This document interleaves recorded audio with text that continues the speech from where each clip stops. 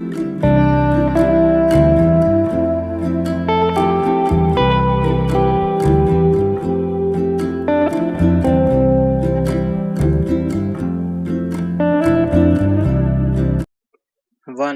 2, 3 start. महोदय, मुझे यहाँ आने की खुशी है क्योंकि मैं हमेशा भारत के सांस्कृतिक संबंध बढ़ाने का इच्छुक रहा हूँ और केवल आसपास के पूर्व और पश्चिमी के देशों तक ही नहीं बल्कि इनके बाहर के इस विशाल संसार भर में भी।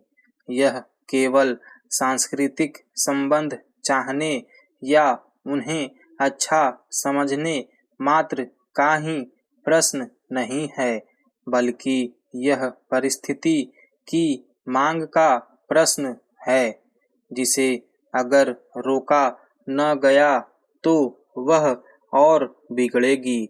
मैं हृदय से आशा करता हूँ कि भारतीय सांस्कृतिक संबंध परिषद के निर्माण से हमारे देशवासियों और अन्य देशों के लोगों के बीच अधिक सद्भाव पैदा होगा।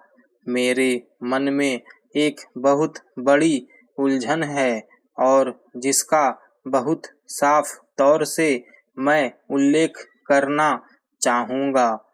ये सारे बुनियादी प्रश्न इस चीज से उठते हैं कि दुनिया में हमारे चारों तरफ क्या हो रहा है। राष्ट्र, व्यक्ति और समूह एक दूसरे को समझने की बात करते हैं और इससे यह साफ स्पष्ट होता है कि लोगों को एक दूसरे को समझने और एक दूसरे से सीखने की कोशिश करनी चाहिए। फिर भी जब मैं इतिहास के पृष्ठों को पलटता हूँ या आधुनिक घटनाओं को ध्यान से देखता हूँ तो कभी-कभी मुझे ऐसा लगता है कि जो आपस में एक दूसरे को सबसे अच्छी तरह जानते हैं वही सबसे ज्यादा आपस में लड़ते हैं। ऐसा देखा गया है कि एशिया और यूरोप के जो देश बिल्कुल पड़ोसी हैं वे एक दूसरे को तंग किया करते हैं, भले ही एक दूसरे को बहुत ही अच्छी तरह जानते हों। इसलिए केवल जानने मात्र से अधिक सहयोग और मित्रता नहीं होती। यह कोई नई बात नहीं है।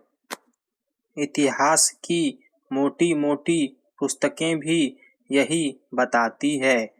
तो क्या अब तक भिन्न-भिन्न राष्ट्र गलती करते रहे हैं या इस प्रश्न की तरफ देखने के दृष्टिकोण में ही कोई गलती है या कहीं कोई ऐसी चीज नहीं हुई है जो होनी चाहिए थी।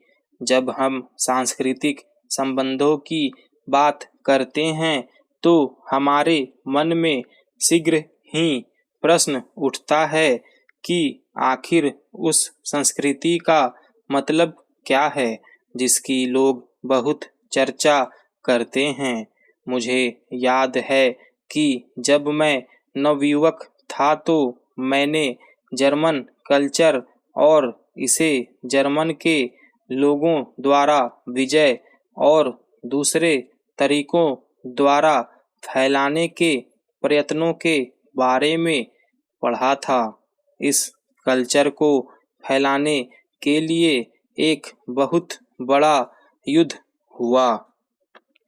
महोदय, हर देश और हर व्यक्ति के संस्कृति के बारे में अपने-अपने अलग-अलग विचार हैं। जब हम सांस्कृतिक संबंधों की बात करते हैं तो यहाँ ठीक है कि सिद्धांत रूप में यह बहुत भली लगती है, लेकिन वास्तव में ऐसा होता है कि यही अपने विचार एक दूसरे से टकराते हैं और उससे मित्रता होने की बजाय खिंचाव पैदा होता है। तो बुनियादी प्रश्न है कि संस्कृति क्या है? मैं निश्चय ही इसकी कोई उचित परिभाषा नहीं बता सकता, क्योंकि मुझे अभी तक ऐसी परिभाषा मिली ही नहीं है। हरेक यह देख सकता है कि हर राष्ट्र और हर सभ्यता ने अपनी अलग अलग संस्कृति का विकास किया, जिसकी जड़ें हजारों वर्ष पहले की पीढ़ियां थी। यही दिखाई देगा कि जिस विचार ने किसी सभ्यता को अपनी लंबी यात्रा पर चलने के लिए आरंभ में प्रेरणा दी, उसने राष्ट्रों को बहुत कुछ प्रभावित किया या ढाला। इस चीज या संकल्पना पर दूसरी संकल्पनाओं का प्रभाव पड़ा है और विभिन्न संकल्पनाओं की आपस में क्रिया और प्रतिक्रिया होती दिखाई देती है। मेरे विचार में दुनिया में ऐसी कोई संस्कृति नहीं रही जिसे पूर्णतया शुद्ध या दूसरी संस्कृति से अप्रभावित कहा जा सके।